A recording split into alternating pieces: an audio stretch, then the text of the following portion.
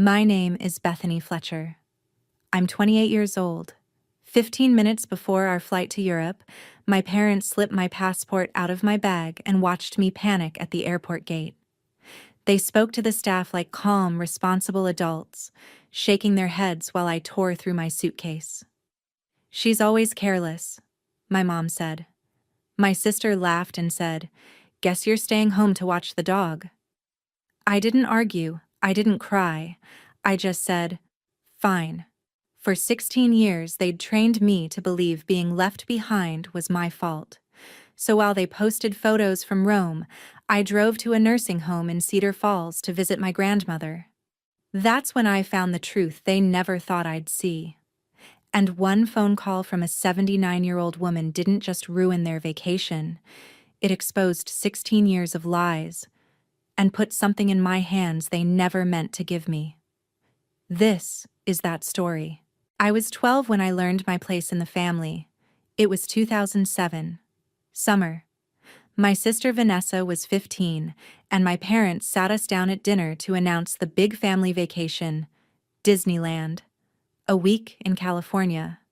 Hotels with pools. Character breakfasts. The whole dream. Vanessa screamed, literally jumped out of her chair and screamed. I remember smiling so hard my cheeks hurt. I'd never been on a plane, never stayed in a hotel. I started planning which rides we'd go on first. Then my dad cleared his throat. "Actually," he said, looking at his plate, "we can only afford to take one of you." The room went silent. Vanessa stopped mid-squeal. "Vanessa's older," my mom added quickly, like she'd rehearsed it. "She'll appreciate it more. You're still young, Bethany. There'll be other trips." There were no other trips. Vanessa went to Disneyland. I went to Grandma Dorothy's house in Cedar Falls, Iowa, 150 miles away, a world away from my parents' guilt. Grandma lived in a small yellow house on Maple Avenue, with a porch swing that creaked and flower boxes full of marigolds she watered every morning at 7. I spent that week helping her bake cookies. Chocolate chip, the recipe handwritten on a stained index card from 1965. She let me crack the eggs. She didn't say much about my parents' choice, but on the third night, when I was scrolling through Vanessa's Facebook photos, her grinning in front of Sleeping Beauty's castle, Grandma sat beside me on the porch swing. "You know what I see when I look at you?" she said. I shrugged. I was 12. I didn't know what anyone saw. "I see someone who's going to be stronger than all of them," she said. "Because you're learning something they'll never learn. You're learning that love isn't loud, it's quiet, it shows up." I didn't cry in front of my parents when they picked me up, but I cried on Grandma's porch, and she held me and said, "You're worth more than any castle, sweetheart." I believed her, for a little while. But the pattern didn't stop. When Vanessa turned 16, my parents threw her a party at an event hall. 80 guests, a DJ, a photo booth with props. I was 14, and I spent the night setting up chairs and refilling the punch bowl. No one asked me to. I just knew that's what I was supposed to do. My 16th birthday 2 years later was dinner at Olive Garden. Just the four of us. My mom ordered breadsticks and told me to pick something under $20. The bill was $127. I saw it when my dad paid. Grandma sent me $200 in a birthday card that year. The note inside said, "Buy yourself something special. You deserve it." I bought books. 7 of them. I didn't buy clothes like the other girls at school because I didn't want my parents to feel bad. I was always trying not to make them feel bad. That's what happens when you're the second choice. You shrink. You make yourself smaller so you fit into the space they've left for you. When Vanessa turned 18, my parents bought her a used Honda Civic, $8,000. They made a whole thing of it, surprising her in the driveway with a bow on the hood. When I turned 18, my dad told me money was tight. "You can share with Vanessa when she's home from college," he said. Vanessa came home twice a year. I took the bus to my part-time job at the library. $9.50 an hour, shelving books and checking out patrons who smiled at me like I mattered. Grandma let me borrow her old Toyota Camry sometimes, a 2003 model with a dent in the passenger door and a tape deck that still worked. My parents didn't like that. My mom once said, "Dorothy, you're spoiling her." Spoiling, as if being seen was a luxury. College was worse. Vanessa went to the University of Iowa. My parents paid her tuition, room, and board, covered everything. When I got into DePaul University in Chicago, social work program, full ride except housing, my dad said, "We helped Vanessa because she applied early. You'll have to figure it out yourself." I took out $35,000 in student loans. I worked 2 part-time jobs. I graduated in 2021 with honors and debt and a deep, quiet exhaustion that I didn't know how to name. Vanessa graduated debt-free. My parents bought her a MacBook Pro as a graduation gift, $1,800. They gave me a card. It said, "Proud of you." Grandma gave me $500 every semester. She'd transfer it into my account with a note. "For my brilliant granddaughter." I never told my parents. That money was mine, the only thing that felt like mine. By the time I was 27, I'd learned the rules. Don't ask for things. Don't expect equal treatment. Don't make waves. Be grateful for breadstumbs. And always, always remember, Grandma's house was the only place I was someone's first choice. But in 2022, even that started to slip away. January 2023. Sunday dinner at my parents' house in Naperville, a suburb 40 minutes west of Chicago, where I lived in a studio apartment in Logan Square and barely made rent on my social worker salary. Vanessa was visiting from Des Moines, where she worked as a yoga instructor and ran an Instagram account with 12,000 followers. She posted a lot about wellness and gratitude and living your best life. Her captions always included emojis.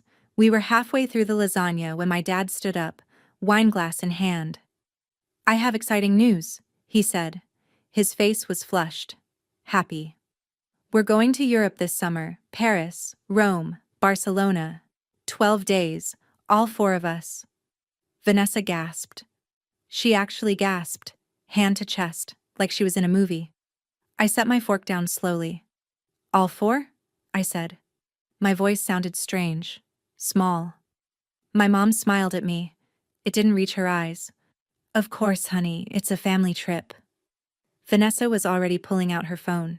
"Oh my God, I need to start a Pinterest board. Paris in June? The light is going to be perfect for content." I looked at my dad. "How are we paying for this?" He waved a hand. "Don't worry about it. I've been saving." My parents had retired early in 2021. My dad at 51, my mom at 49. They lived off their pensions and some investments I didn't understand. They didn't talk about money except to tell me they didn't have any when I needed help. But now there was money for Europe. "How much does a trip like that cost?" I asked. $18,000, my dad said, like it was nothing.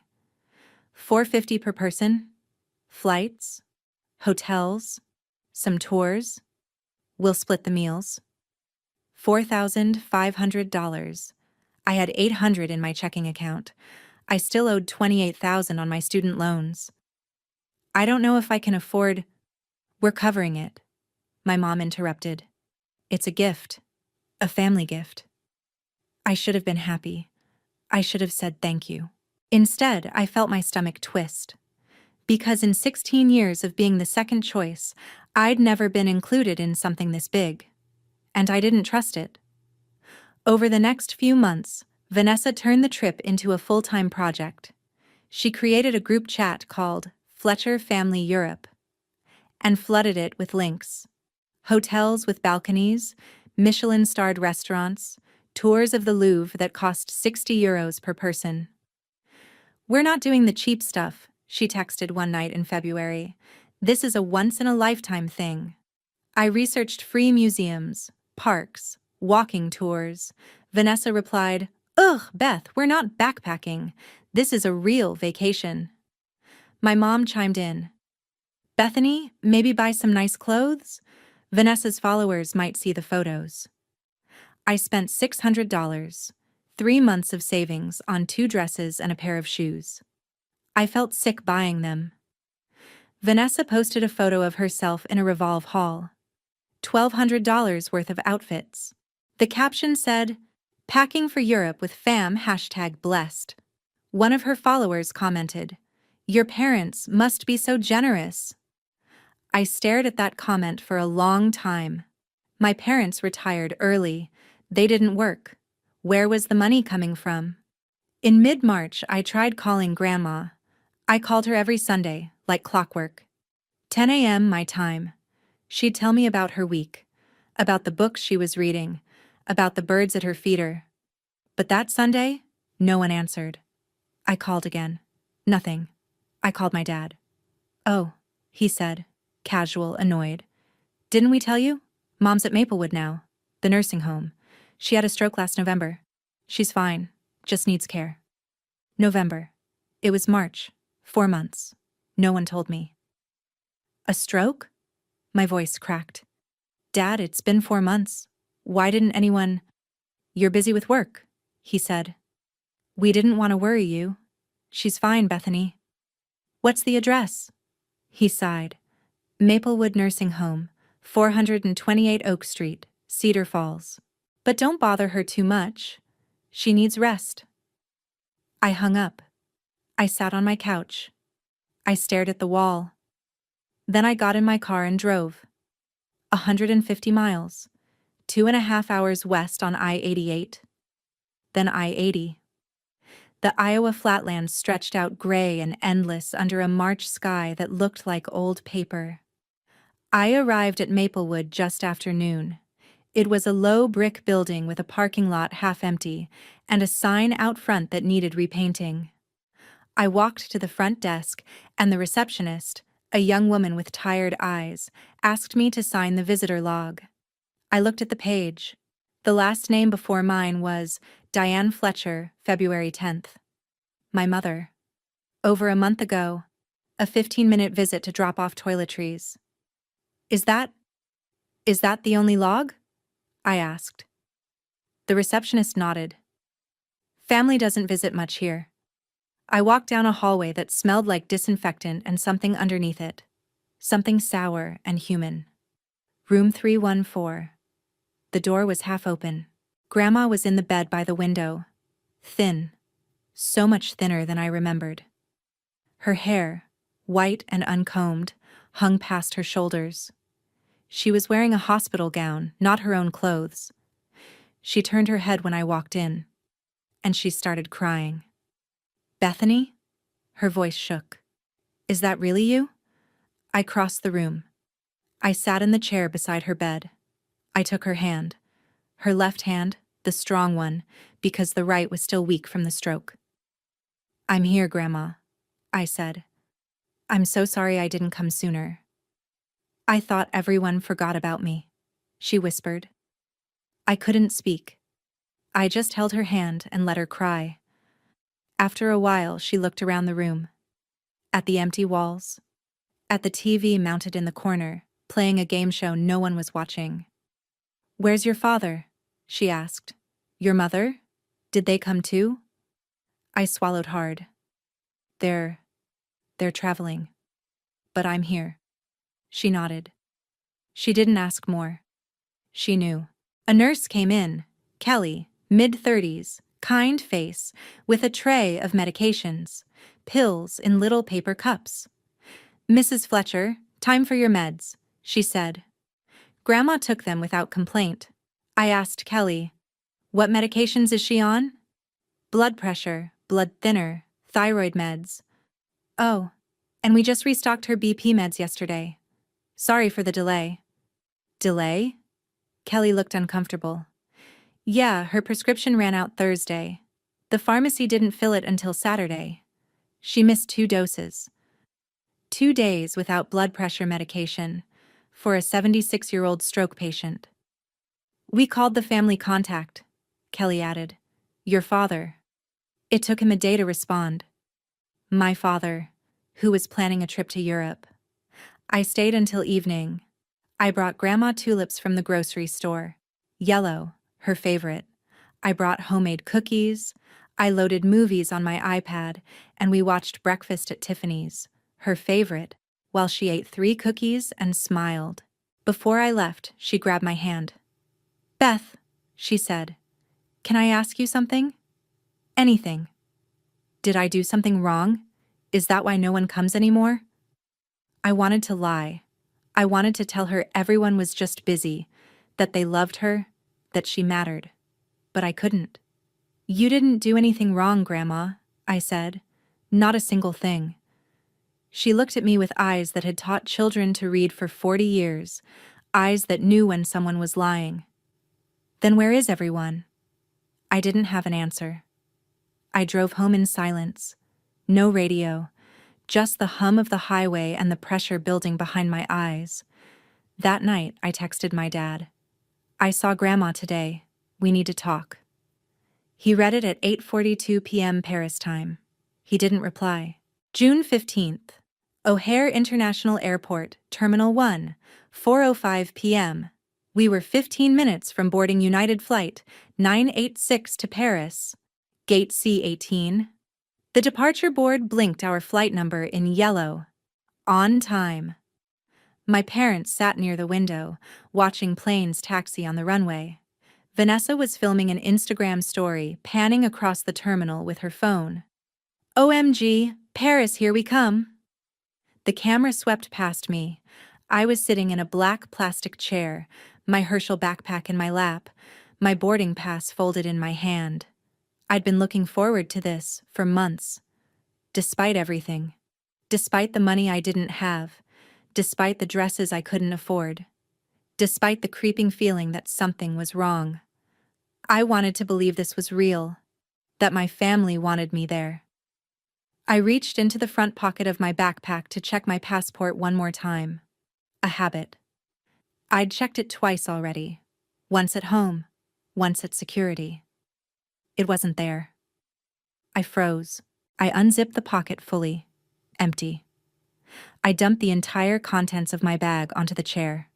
Wallet, phone, chapstick, boarding pass, a crumpled receipt. No passport. My passport? I said. My voice came out strange, tight. It's not here. My mother looked up from her magazine. What? My passport. I swear I put it in the front pocket. It's gone. My dad sighed. Bethany, you need to be more responsible. I am responsible. My hands were shaking. It was here 20 minutes ago. I showed it at security. Vanessa was still holding her phone. She lowered it slowly, her face neutral. Did you check your purse? I don't have a purse. I checked my bag. It's not here. The gate agent's voice crackled over the intercom. United Flight 986 to Paris. Will begin boarding in 10 minutes. Group 2, please prepare. 10 minutes. I stood up. My bag slipped off the chair, spilling everything onto the floor. I didn't pick it up. I ran. Back towards security. Back to the Starbucks 2 gates down, where I'd gotten coffee 30 minutes ago. My heart hammered in my chest. The barista, a young guy with gauges in his ears, looked at me blankly when I asked if anyone had turned in a passport. No, sorry, he said. You could check the TSA lost and found. I ran back to gate C18. My family was still sitting. Vanessa had put her phone away. My mother was checking her nails. My father was looking at his watch.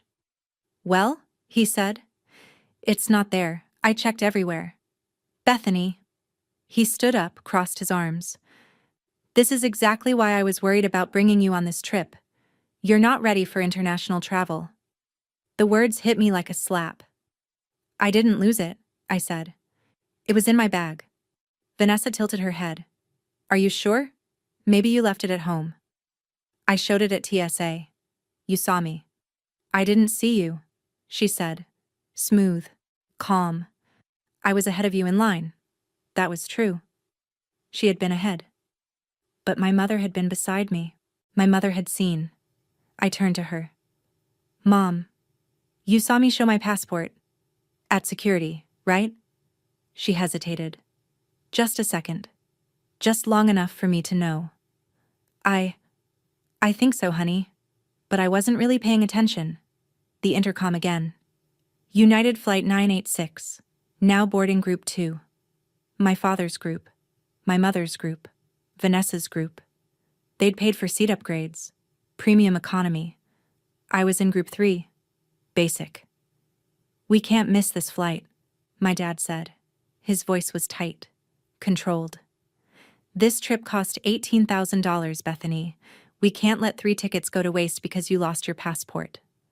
I stared at him. So you're just going to leave me? My mother wouldn't look at me. Honey, you're 27.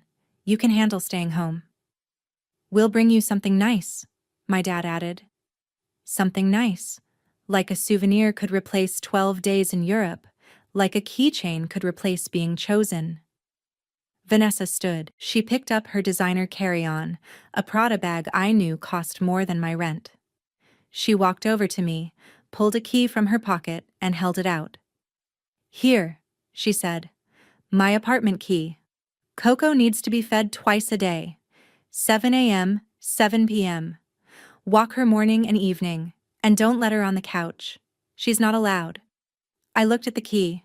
Coco, her Pomeranian, her $4,000, Instagram-famous white fluffball Pomeranian. You want me to dog sit? I said. Flat. Numb. Vanessa smiled. It didn't reach her eyes. I mean, you weren't that excited about the trip anyway, right? This works out. I wasn't excited. I'd spent $600 on clothes. I'd requested time off work. I'd been packed for a week. But sure, I wasn't excited. Good, Vanessa said, pressing the key into my palm. Stay home and watch my dog. The final boarding call. My father picked up his bag. My mother adjusted her scarf. Vanessa checked her lipstick in her phone camera. They were really leaving. I stood there, holding a key to an apartment that wasn't mine, watching my family prepare to board a plane I'd never get on. My dad turned back. We'll call you when we land. They didn't call. I could have cried. I could have begged. I could have made a scene. But I'd spent 16 years learning how to be small, how to not make waves, how to swallow everything and smile. So I looked my father in the eye, and I said one word. Fine. He blinked. Fine? I said fine. Have a great trip. Vanessa laughed, nervous, like she'd expected more fight. Okay, wow. No need to be dramatic. I'm not being dramatic, I said. My voice was steady, cold. I'm going home. Enjoy Paris. I picked up my bag. I walked 10 steps toward the exit. Then I stopped. I turned around. They were at the gate now, scanning their boarding passes. My mother's back, my father's profile, Vanessa's blonde ponytail swinging as she walked down the jetway. I pulled out my phone. I took a photo. All 3 of them, backs turned, walking away. The timestamp read 4:19 p.m., June 15th, 2023. I saved it to my photos. Then I opened the album settings and changed the name from Family to Evidence. Because somewhere, deep in my gut, I knew. This wasn't about a lost passport. This was something else. And I was going to find out what. 3 days later, I was sitting in Vanessa's apartment in Lincoln Park, a sleek 1-bedroom with floor-to-ceiling windows and furniture that looked like it came from a West Elm catalog, feeding a dog that hated me. Coco growled every time I walked past her designer dog bed. She refused to eat unless I hand-fed her organic chicken from a glass bowl. My phone buzzed with notifications from the group chat. Diane Fletcher. Just landed in Paris. So tired, but so happy. Glenn Fletcher. Eiffel Tower tomorrow, can't wait. Vanessa. Fletcher. Photo of 3 of them at a cafe, croissants and cappuccinos, golden hour light. Living our best life. I turned off my phone. I looked at Coco. Coco looked at me with an expression that said, "You don't belong here." She was right. I grabbed my keys, I got in my car, and I drove west. 150 miles to Cedar Falls, to Maplewood Nursing Home, to the only person who'd ever made me feel like I mattered. I arrived just before 10 a.m. on a Sunday. The parking lot was almost empty. Visiting hours, prime time, and there were 4 cars total. I signed the log at the front desk. My name, the date, June 18th, 2023. The line above mine, blank. The line above that, blank. I flipped back a page. Diane Fletcher, February 10th. 4 months. In 4 months, I was the second person to visit my grandmother. Room 314. I walked down the hallway slowly this time. The smell hit me first. Disinfectant, urine, something medicinal and sad underneath it all. Doors opened to rooms where people sat alone, staring at TVs, staring at walls. Grandma was by the window. She turned when I walked in. Her face lit up. Actually lit up, like sunrise. "Bethany," she said, "you came back." I sat in the chair beside her. I took her hand. "I told you I would," I said. "Every weekend, until you're sick of me." She smiled, tears in her eyes. "I could never be sick of you, sweetheart." We sat in silence for a minute. The kind of silence that's comfortable. The kind you can only have with people who really love you. Then she said, "Where's everyone else? Your father? Your mother?" I looked at her. At this woman who'd taught first grade for 40 years, who'd baked me cookies when my parents chose Disneyland for Vanessa and not me, who'd sent me money every semester of college when my parents said they couldn't afford it. And I told her the truth. They're in Europe, Paris, Rome, Barcelona. 12 days. She nodded slowly. "That sounds lovely." I was supposed to go with them. Her eyes sharpened. "What happened?" "I lost my passport." The lie tasted bitter. At the airport, 15 minutes before the flight, they left without me. Grandma was quiet for a long time. "Did you lose it?" she finally asked. "Or did they take it?" I froze. No one had asked me that. Not out loud. Not even in my own head. Not fully. "I don't know," I whispered. She squeezed my hand. "Beth, can I tell you something? Anything. I know my son. I raised him. And I know when he's lying." I waited. "Last year," she said, her voice soft, careful. "Before my stroke, your father asked about my savings account, the one your grandfather and I opened in 2003. We put the life insurance money in there, $60,000, for emergencies, medical things." My stomach dropped. "I made it a joint account with Glenn," she continued. "So if something happened to me, he could pay my bills. It was supposed to be for my care." "Grandma," I asked him about it in March. He said not to worry. He said he was managing it. "But Beth," she looked at me, and her eyes were scared, confused. "I haven't seen a statement in over a year, and I keep asking, and he keeps saying everything's fine, but I don't think it is." She reached into the drawer of her bedside table, pulled out a folded piece of paper, her handwriting, shaky, in blue pen. "This is the account number," she said. "I need you to check it for me. I need to know I'm not losing my mind." I took the paper.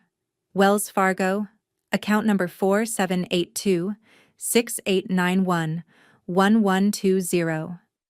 "When did you last check the balance?" I asked.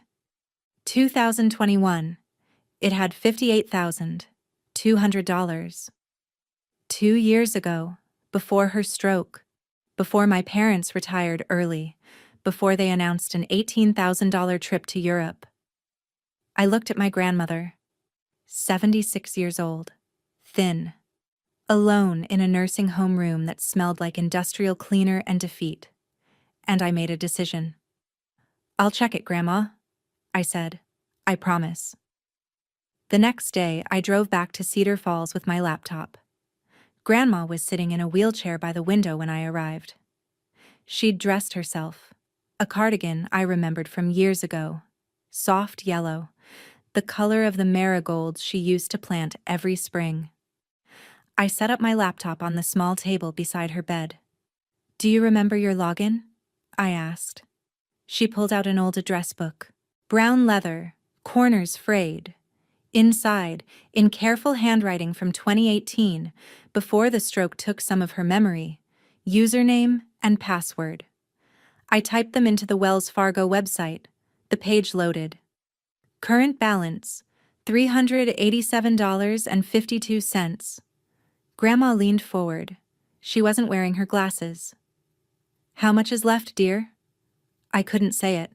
I clicked on transaction history. Set the date range, January 2022 to June 2023. 37 withdrawals. Starting balance, January 1st, 2022. $58,240.18. Ending balance, June 19th, 2023. $387.52.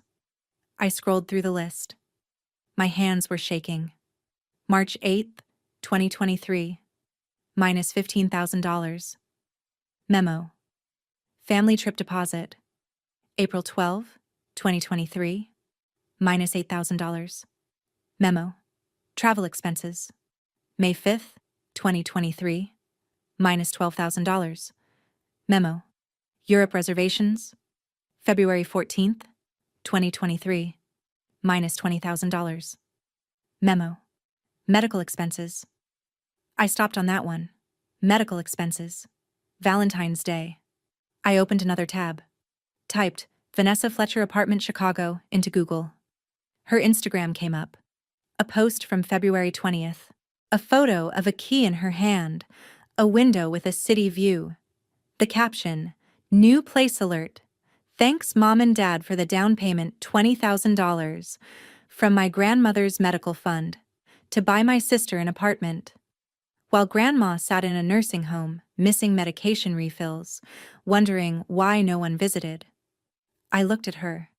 She was staring at the screen, though I knew she couldn't read the numbers from that distance. "Grandma," I said carefully, "when did Dad get power of attorney?" "After my stroke. November 2022. He said it was just in case, so he could manage my bills if I couldn't." "And he's been managing your money since then?" "That's what he told me." I clicked through more transactions. Smaller ones. 500 here, 2,000 there, all marked Grandma Care. But the nursing home bills weren't being paid from this account. I pulled up another tab, searched Maplewood Nursing Home Billing, called the number. A receptionist answered. I explained who I was, asked how my grandmother's care was being paid for. "One moment," she said. I heard typing. A long pause. "She's on Medicaid," the receptionist said. "Has been since January 2023. We bill the state directly. Medicaid. Government assistance. For people with almost no assets." "How did she qualify?" I asked. Her son submitted financial statements showing she had under $2,000 in assets. Medicaid approved her in January. I looked at the screen. In January 2023, the account still had over $40,000. My father had hidden the money, applied for government assistance, made taxpayers cover her $6,500 monthly nursing home bill, while he booked first-class train tickets from Paris to Rome. I sat very still. Grandma reached out, touched my arm. "Is it gone?" she asked. Her voice was small. "The money?" "Almost all of it." She didn't cry. She just nodded. Like she'd known. Like she'd been hoping she was wrong, but she'd known. "He's my son," she whispered. "How could he?" "I don't know, Grandma." We sat in silence. The TV in the corner played The Price is Right. Someone down the hall was coughing. Finally, Grandma looked at me. "Beth," she said. Do you think, do you think I can get it back? She wasn't asking if it was possible. She was asking if I would help. I took her hand. I looked her in the eye. Yes, I said. We're getting it back. All of it. The next morning, I sat with Grandma in the quiet room at Maplewood, a small space with a couch and a door that closed, used for family meetings and difficult conversations. I had my phone on speaker. We were calling Adult Protective Services. The number was easy to find. Iowa Department of Human Services. 1-800-362-2178. I'd called it the night before, alone in my car, just to hear the recording, to make sure it was real. Now, with Grandma beside me, I dialed again. A woman answered, Iowa Adult Protective Services. If this is an emergency, press 1. I pressed 1. What is the nature of the emergency? I took a breath. My grandmother is a vulnerable adult in a nursing home, I said. Her son has power of attorney. He withdrew nearly $60,000 from her account without her knowledge or consent. She's also being neglected, missed medications, no family visits for months. Is your grandmother able to speak right now? I looked at Grandma. She nodded. Yes, I said. Put her on, please. Grandma leaned toward the phone. Her voice was steady, stronger than I'd heard it in months. My name is Dorothy Fletcher, she said. I'm 76 years old. My son took my money, and I want it back. There was typing on the other end. Then a new voice. Mrs. Fletcher, this is Sandra Mills. I'm an APS caseworker. I'm going to help you. Can you tell me what happened? Grandma told her. Slowly, carefully, the joint account, the withdrawals, the nursing home, the medication delays. I filled in the details, the bank statements, the Medicaid fraud, the Europe trip. Sandra took notes. I could hear her keyboard clicking. Mrs. Fletcher, she said, I need to ask you directly. Did you give your son permission to withdraw this money? He said it was for my care, Grandma said. I thought he was paying my bills. I didn't know he was taking vacations with it. Her voice cracked on the last word. Sandra was quiet for a moment. This is financial exploitation of a dependent adult, she said. It's a Class C felony in Iowa. Are you willing to pursue charges if our investigation confirms this? Grandma looked at me. I nodded. She turned back to the phone. Yes, she said. I want to pursue charges. Sandra assigned us a case number. IA-2-023-06-8834. She scheduled an in-person visit for the next day. She told us to gather all documentation, bank statements, medication records, visitor logs. One more thing, Sandra said. Does your son know you're filing this complaint? No, Grandma said. He's in Spain. I could hear the smile in Sandra's voice. Good. The element of surprise helps. I'll see you tomorrow at 10 a.m. We hung up. Grandma sat back in her chair. She looked exhausted. Did I just report my own son? She asked. Yes. Good. She closed her eyes. I should have done it sooner. That afternoon, I called a lawyer. Jeffrey Crane, Elder Rights and Estate Planning, Cedar Falls. 4.9 stars on Google. Specializes in financial abuse cases. The receptionist put me through to him directly when I explained the urgency. This is Jeff, he said. Gravelly voice. 50s, I guessed. I told him everything in 3 minutes. When I finished, he was quiet. How fast can you get your grandmother to my office? He asked. Thursday morning. Thursday, 9 a.m. Bring the bank statements, the power of attorney documents, and 2 witnesses. We're doing an emergency will revision and POA termination. How much will this cost? $1,200 for the will. But I'm waiving half of it. I hate financial abusers. I almost cried. Thank you, I said. Thank me when your father pays your grandmother back. he said. See you Thursday. I called Grandma that night from Vanessa's apartment. Coco was barking at a squirrel outside the window. I found a lawyer, I told her. We meet him Thursday. He'll help us change your will and remove Dad's power of attorney. There was a long silence. If I do this, she finally said, your father will never forgive me. Grandma, he stole from you. He left you alone. Do you want his forgiveness or do you want justice? Another pause. What will I even leave behind? She asked. Her voice was so small. After he took everything? Your house is paid off.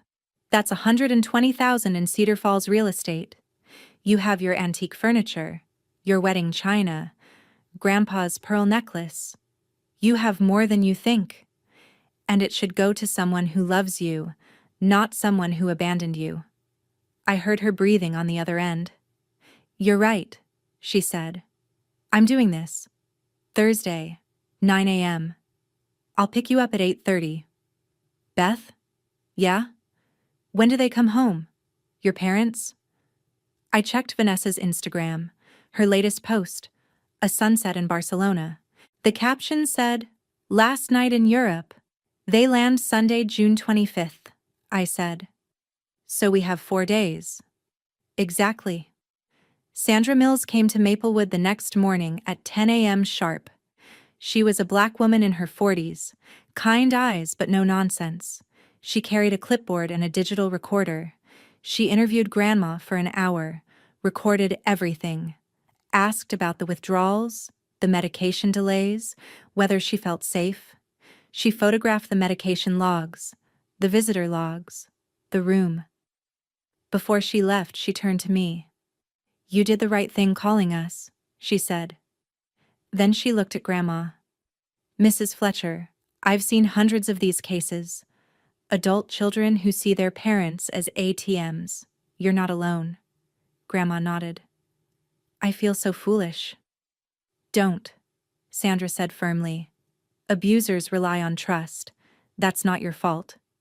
It's his. She packed up her things. I'm filing this as financial exploitation and potential Medicaid fraud, she said.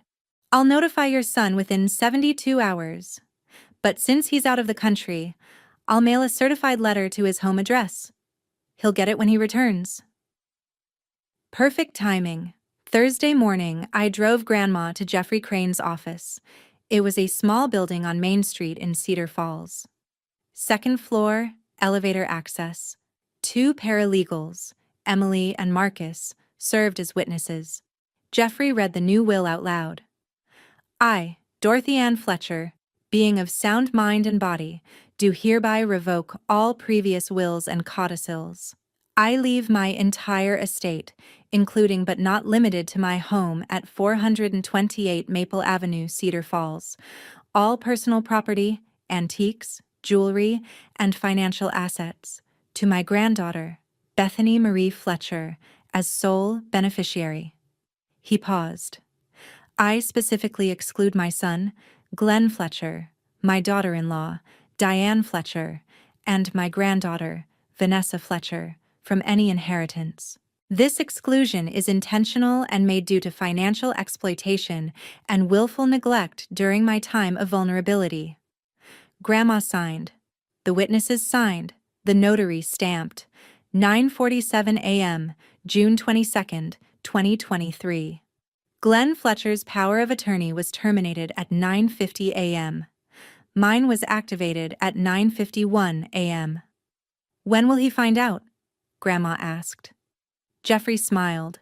When he tries to access your accounts, or when he receives the APS letter, whichever comes first. Grandma smiled back, faintly, sadly. He's going to be very angry, she said. Let him be, Jeffrey said. You did nothing wrong. We drove back to Maplewood in silence. At a stoplight, Grandma turned to me. I'm ready, she said. For what? For the call, when they get home. I want to do it myself. I reached over, took her hand. Okay, Grandma, I said. We'll do it together. Sunday, June 25th. 3:15 p.m. My phone buzzed with a notification. Vanessa Fletcher posted a story. Video of baggage claim at O'Hare, carousel spinning, her voice over the camera. Home sweet home, best trip ever. They were back. I was still at Vanessa's apartment, still feeding Coco, still pretending everything was fine. At 4:10, the group chat lit up. Diane Fletcher. We're home, so tired but so happy, best family trip ever. Glenn Fletcher. Bethany, thanks for watching the house. We'll drop off your souvenir tomorrow. I didn't respond. At 6 p.m., I texted Grandma.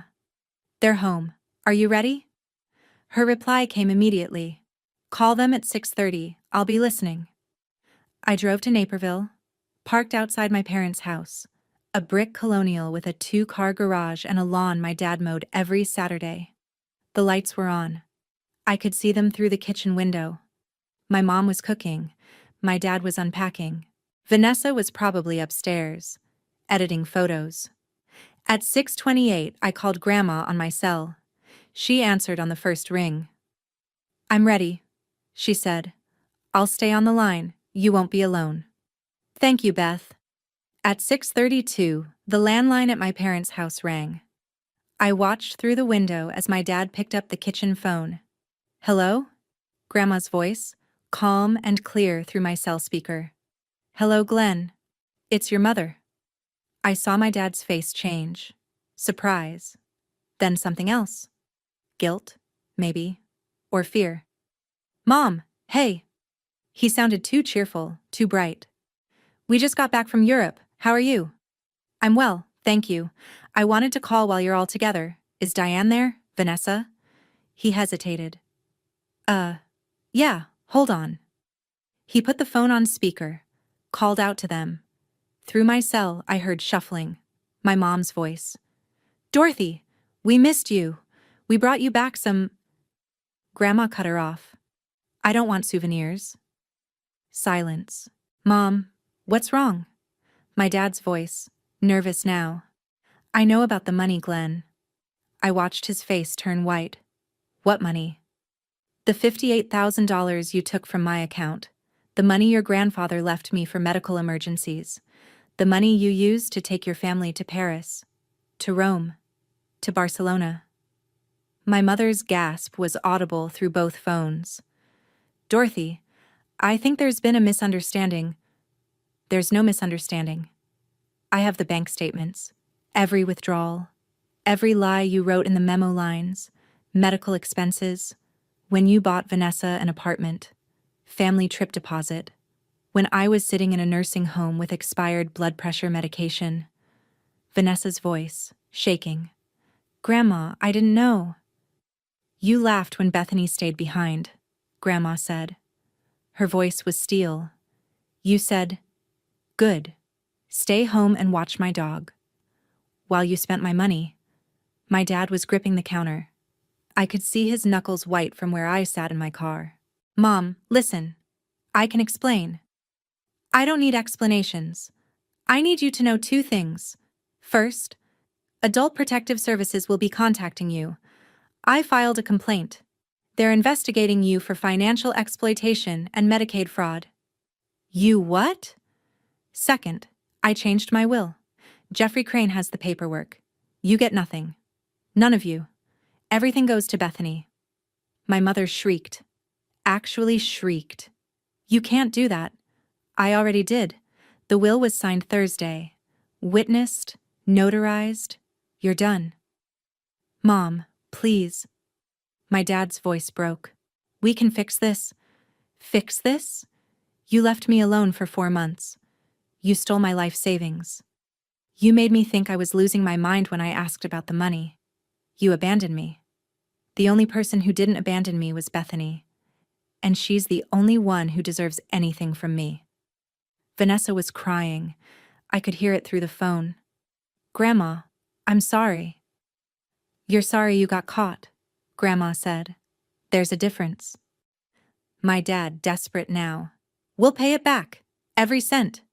You'll pay it back because the law will make you, not because you want to. A pause. Then Grandma said, Goodbye, Glenn. Mom, wait. Click. The call ended. I sat in my car. My hands were shaking. Through the kitchen window, I watched my father stare at the phone.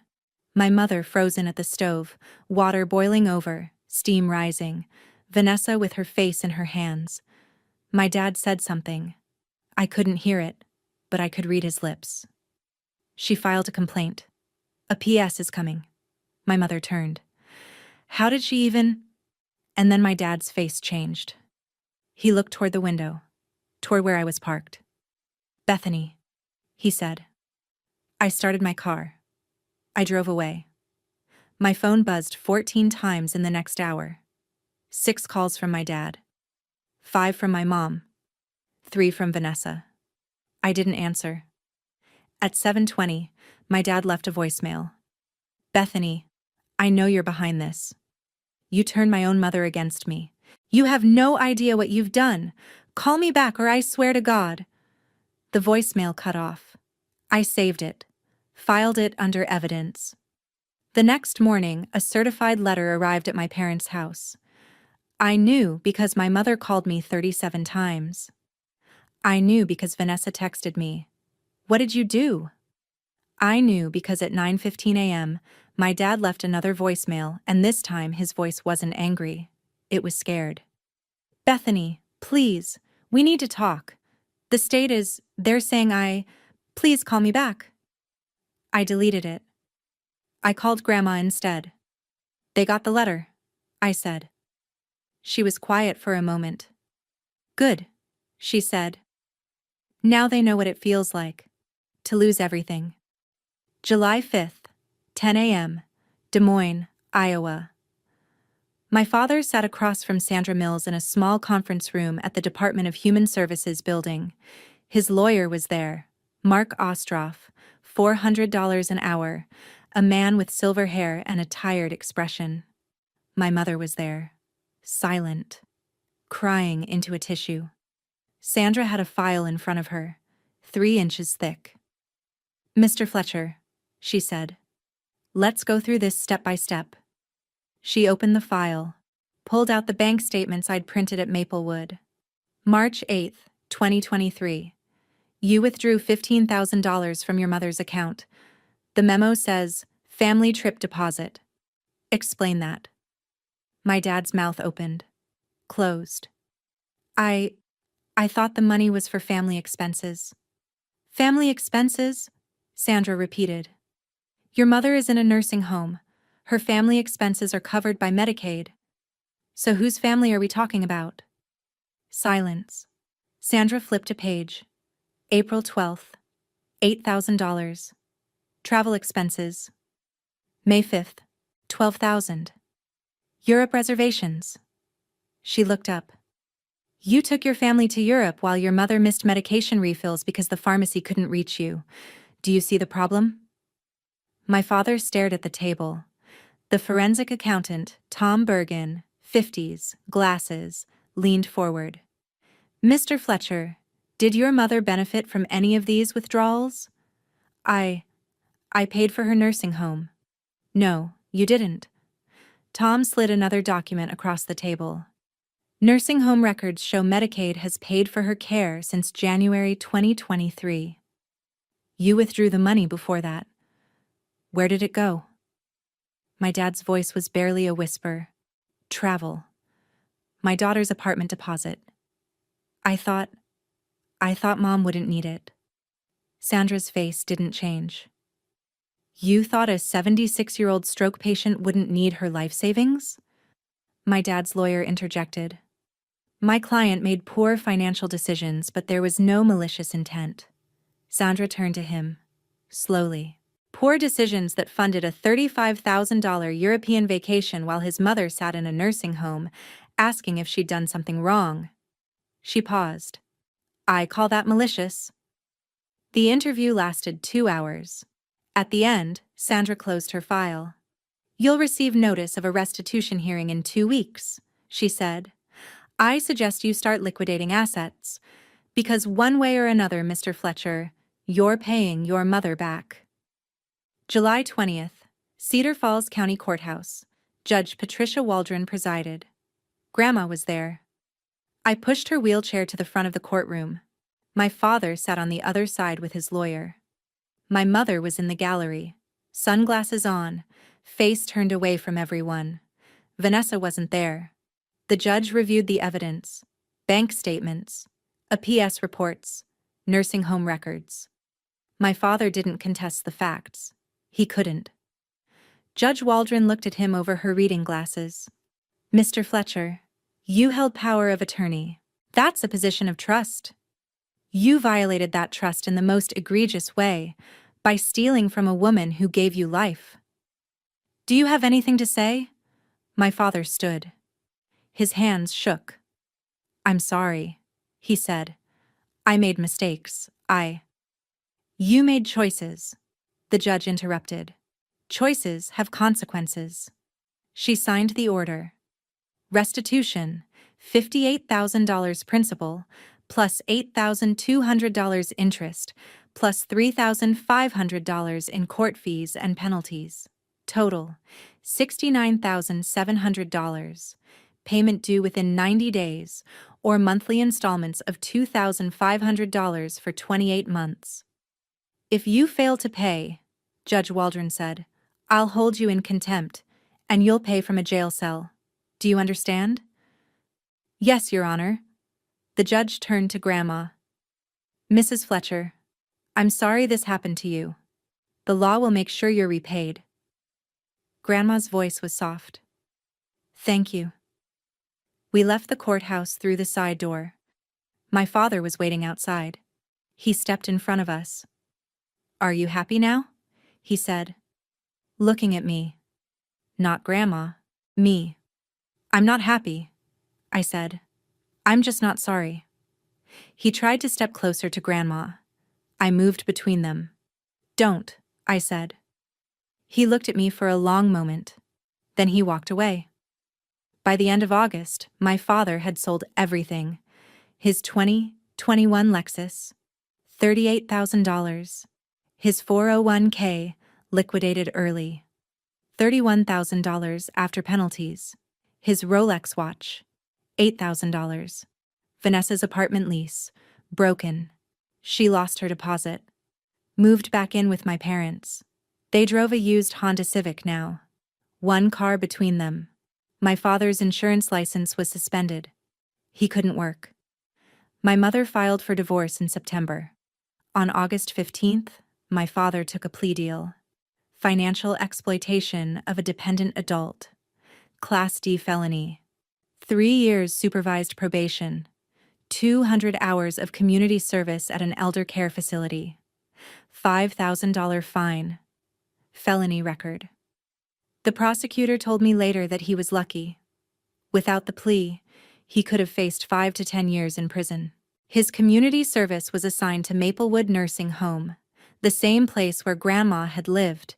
He cleaned bedpans, delivered meals, mopped floors. Everyone knew who he was. Everyone knew what he'd done. On September 5th, my mother sent me an email. Subject: I hope you're happy. You destroyed this family. Your father lost his career. Vanessa lost her apartment. I lost my car, my savings, my friends. Everyone knows what happened. And for what? So you could play hero to an old woman who won't even be around much longer? You're cruel, Bethany. Crueler than I ever thought possible. Don't contact us again. You're not our daughter anymore. I read it once, forwarded it to Grandma. She called me immediately. What did it say? She asked. That I'm cruel, that I destroyed the family. Do you regret it? No. Do you? Not for a second. They destroyed themselves. I deleted the group chat, blocked their numbers, changed my emergency contact from Glenn Fletcher to Dorothy Fletcher. I was done. And for the first time in my life, I felt free. September 12th, 2023. I rented a small truck and drove to Cedar Falls. Grandma was being discharged from Maplewood. Officially. No longer needing 24-hour nursing care. Just daily support. I packed her things. Clothes that smelled like lavender, books with cracked spines and her name written inside the covers. The wedding china she'd somehow kept safe in a storage unit. Photo albums from 50 years of teaching first grade. She cried when we left room 314. "I thought I'd die here," she said. I knelt beside her wheelchair. "You're not dying anywhere but home," I said, "and home is with me, now." We drove back to Chicago. 2.5 hours on I-80, the September sun warm through the windshield. Grandma fell asleep with her head against the window, and I drove carefully, taking the turns slow. My apartment in Logan Square was small. 2 bedrooms, 1 bathroom. Rent I could barely afford on my social worker salary, but I'd turned my office into Grandma's room. A new bed, soft yellow bedding, her favorite color. A bookshelf filled with her books. The window faced east so she'd get morning sun. That first night I tucked her in. She held my hand. "I'm not a burden, am I?" she asked. "You're the opposite of a burden," I said. "You're the reason I wake up smiling." She cried. Happy tears this time. "I love you, Beth." "I love you too, Grandma. More than you know." We fell into a routine. Every Sunday morning, 9 a.m., I made pancakes. Her recipe. The one from the index card dated 1965, stained with butter and flour and 50 years of Sunday mornings. Buttermilk, vanilla extract. A pinch of cinnamon, she said, was the secret. She'd sit at the kitchen table, her walker beside her, and tell me stories. "Little Tommy Brant, 1978, she'd say. Couldn't read it all in September. By May, he was reading Charlotte's Web cover to cover. His mother cried at the parent-teacher conference. I'd flip the pancakes and memorize every word. On October 15th, she asked me, "Do you ever miss them? Your parents?" I thought about it. "Sometimes I miss the idea of them," I said. "The family I thought I had. But the real them? No." She nodded. "I miss the son I thought I raised. But the man who stole from me? I don't know him. We're better off without them." She smiled sadly. "We are, past the syrup." On October 28th, Grandma had a good day. "I want to teach you something," she said. We went to the grocery store. I pushed her wheelchair through the aisles of Jewel Osco while she inspected apples, sniffing each one. "This one," she'd say. "Not that one. Too soft." We bought Granny Smith apples, butter, cinnamon, sugar, flour. Back home, she sat at the kitchen table and directed me through her apple pie recipe. How to cut the apples, how to mix the filling, how to make a lattice crust. "Your mother never wanted to learn this," she said, watching me crimp the edges. "Said it was old-fashioned." "Well, I want to learn. Teach me everything." Her eyes filled with tears. "I wish I had more time to teach you everything." I knelt beside her wheelchair. "Grandma, don't talk like that. I'm 77, sweetheart. I'm not naive. But I'm grateful. For this. For you." I hugged her, held her while the pie baked, and the apartment filled with the smell of cinnamon and butter and something that felt like home. When the timer went off, the pie was perfect. Golden crust, bubbling filling. We ate it warm with vanilla ice cream. "When I'm gone," she said quietly, "make this every year on my birthday, and think of me. You're not going anywhere." She smiled. "Not yet. But someday." Thanksgiving was just the two of us. I cooked a small turkey, mashed potatoes, green bean casserole, apple pie, of course. Grandma wore her nice cardigan, the yellow one. I helped her get dressed, brushed her hair. We set the table for 2. She said, "Grace, thank you for this food, this home, and this girl who saved me when I thought no one cared. Amen." I cried into my napkin. We ate slowly, talked about nothing, laughed at old stories, The Macy's parade played on TV, volume low. "Do you think they're thinking about us today?" Grandma asked. "Probably, but not in a good way." She chuckled. "Good, let them stew." "Grandma, that's mean." "I'm old. I'm allowed to be mean." We both laughed. That evening, she fell asleep on the couch during the football game. Cowboys versus Giants. I covered her with a blanket and watched her breathe. "Please don't leave me yet," I whispered. Christmas came. I bought a small tree, 4 feet tall, fit perfectly in the corner of the living room. Grandma and I decorated it together. I lifted her out of her wheelchair so she could place the star on top. Christmas morning, I gave her a framed photo. Me at 8 years old, sitting on her lap on the front porch in Cedar Falls. Summer 2003. I'd just lost my first tooth. She cried when she saw it. "I remember this day," she said. She gave me a small velvet box. Inside, her pearl necklace, the one Grandpa had given her on their wedding day in 1970. "I want you to have this now," she said, "while I can see you wear it." I tried to argue. It was too much. "It's not enough," she said. "You gave me my life back. A necklace is nothing." I fastened it around my neck. The pearls were warm, like they remembered her skin. "I'll never take it off," I said. "Good. Then I'll always be with you." On New Year's Eve, just before midnight, Grandma woke up confused. "What year is it?" she asked. 2023, Grandma, almost 2024. She looked around, disoriented. "Oh, I thought it was 1985.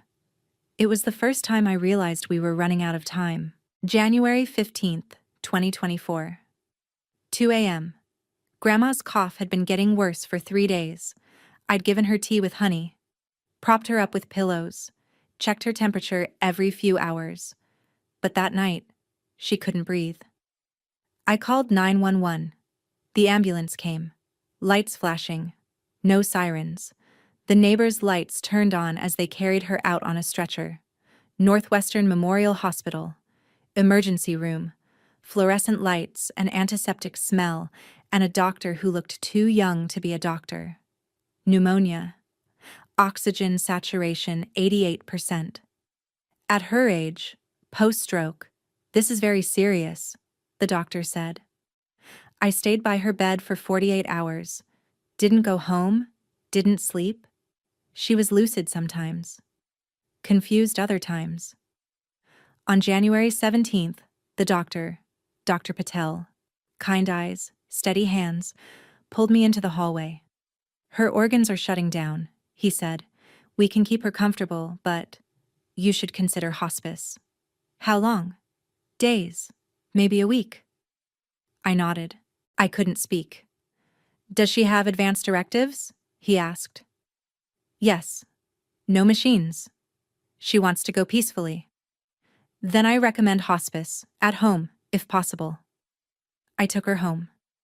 September 18th, we set up a hospital bed in my living room.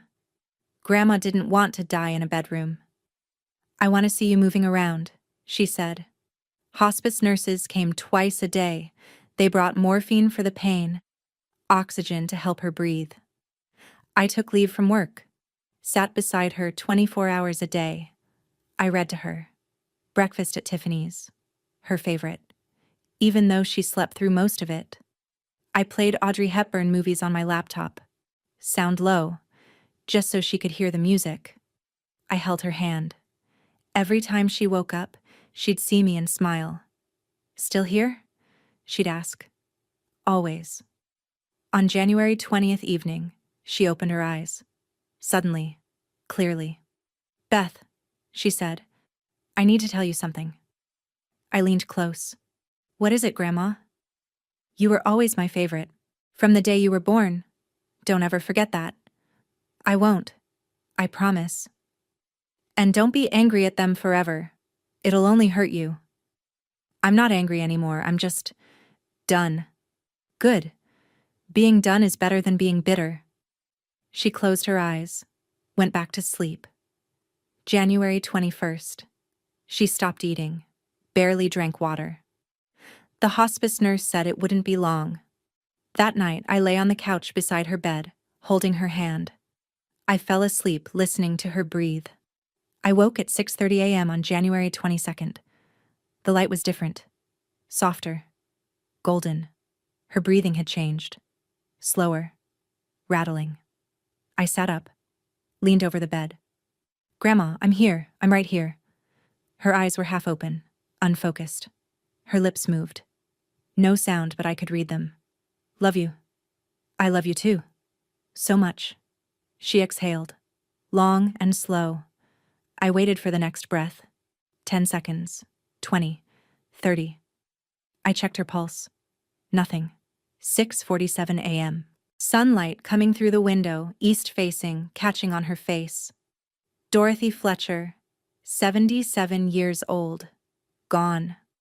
I called the hospice nurse. She came within 30 minutes, confirmed what I already knew. The funeral home came at 9. Before they took her, I removed the pearls from my neck and placed them in her hands. I sat with her until they arrived. Didn't want her to be alone. The funeral director was gentle. "Is there family we should notify?" he asked. "No," I said. "I'm her family." The service was January 27th, First Presbyterian Church in Cedar Falls. I planned everything. Hymns, Amazing Grace, flowers, yellow roses, the eulogy. I wrote it myself. Delivered it with a voice that shook but didn't break.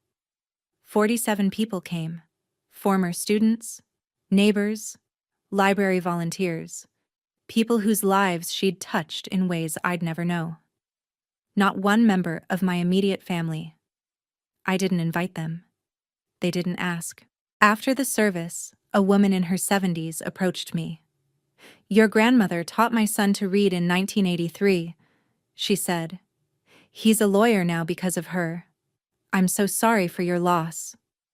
I thanked her, and I realized my grandmother had touched hundreds of lives. My father had destroyed one. I buried her next to my grandfather in Cedar Falls Cemetery. I planted yellow roses on her grave. I drove back to Chicago alone. I cried the whole way, but somewhere around mile 80 I stopped. Because I realized something. I wasn't alone. I had 5 months with her that my father tried to steal, and I'd taken them back.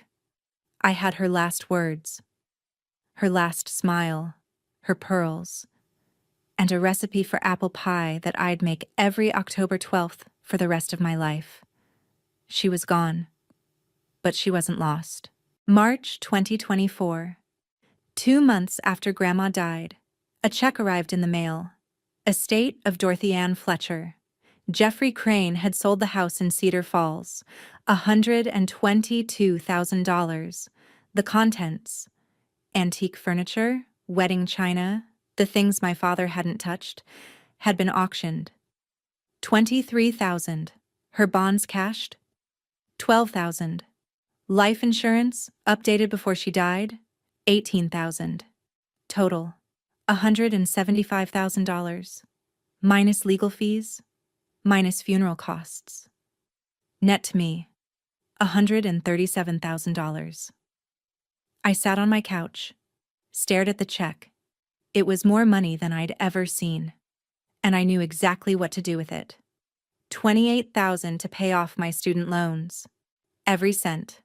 Balance, 0. $25,000 to the National Center on Elder Abuse. In memory of Dorothy Fletcher. They sent me a thank you letter. I framed it. $50,000 as a down payment on a condo, my own place, not rented. Mine. The rest went into savings. For the first time in my life, I could breathe. On June 10th, I closed on the condo. Logan Square, 1 bedroom, small kitchen, a window that faced east. I hung Grandma's apple pie recipe on the wall. Framed. On June 15th, exactly 1 year after the airport, I found a box Jeffrey had forwarded from Grandma's things. Inside, a letter. My name on the envelope, in her handwriting. Instructions: open after I'm gone. I sat on the floor of my empty condo, boxes all around me, and opened it. My dearest Beth, if you're reading this, I'm gone, and I hope I went peacefully, with you beside me, because that's all I ever wanted, to not be alone at the end. I'm writing this in December, on a good day, while you're at work. I want you to know, you saved my life. Not just from your father, from loneliness, from feeling like I didn't matter anymore. When you visited me that first time at Maplewood, I thought I was dreaming. No one had come in so long. And then you kept coming, every week. You moved me into your home. You gave up your time, your freedom, to take care of me. You didn't have to. But you did. I know you'll blame yourself when I'm gone. You'll think you should have done more. But Beth, you did everything. You gave me the best last year of my life. Use the money wisely. Pay off your debts. Buy a home. Help others. Live freely. And don't carry anger for your father. He'll carry his own punishment. Regret. Every day he'll wake up knowing he chose money over love. That's a prison I wouldn't wish on anyone. You were always my favorite. Not because Vanessa wasn't lovable, but because you loved without asking for anything back. That's rare, sweetheart. Don't lose that.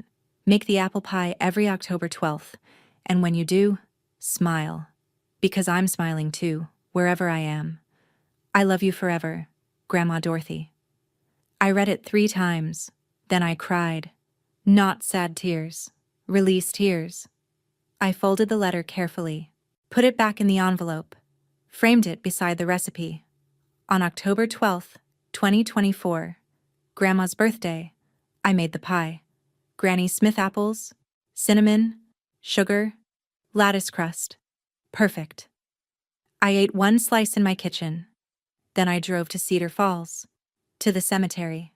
I left the second slice on her grave with a note. Happy birthday, Grandma, I made your pie, still perfect.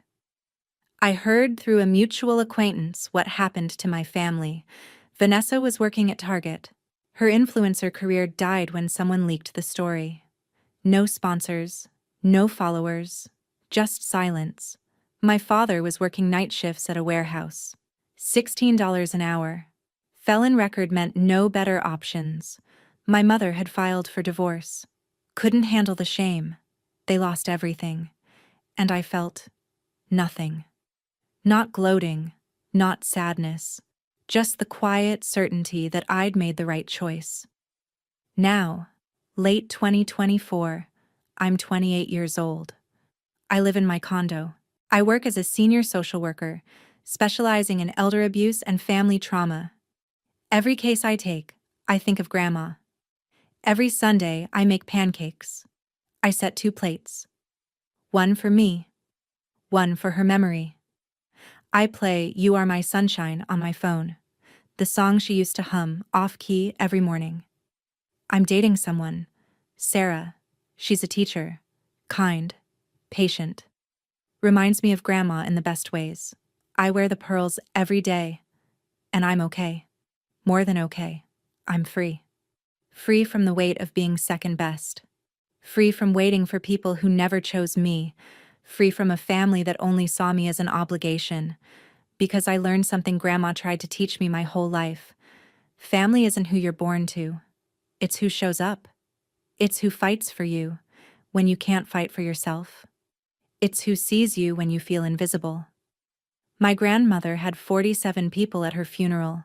Former students, neighbors, people whose lives she'd changed just by being kind. My father? When his time comes, he'll have 3 people. Maybe. And that tells you everything you need to know. So here's what I want you to hear. If you're the second choice in your family, you're not the problem. If you're caring for someone everyone else abandoned, you're a hero. If you've ever been left behind while others moved forward, you're not forgotten. You're free to choose a better path. Stand up for what's right. even when it costs you everything. Cherish the people who truly love you, even if they're not blood. And don't let anyone, family or not, make you feel like you're worth less than you are.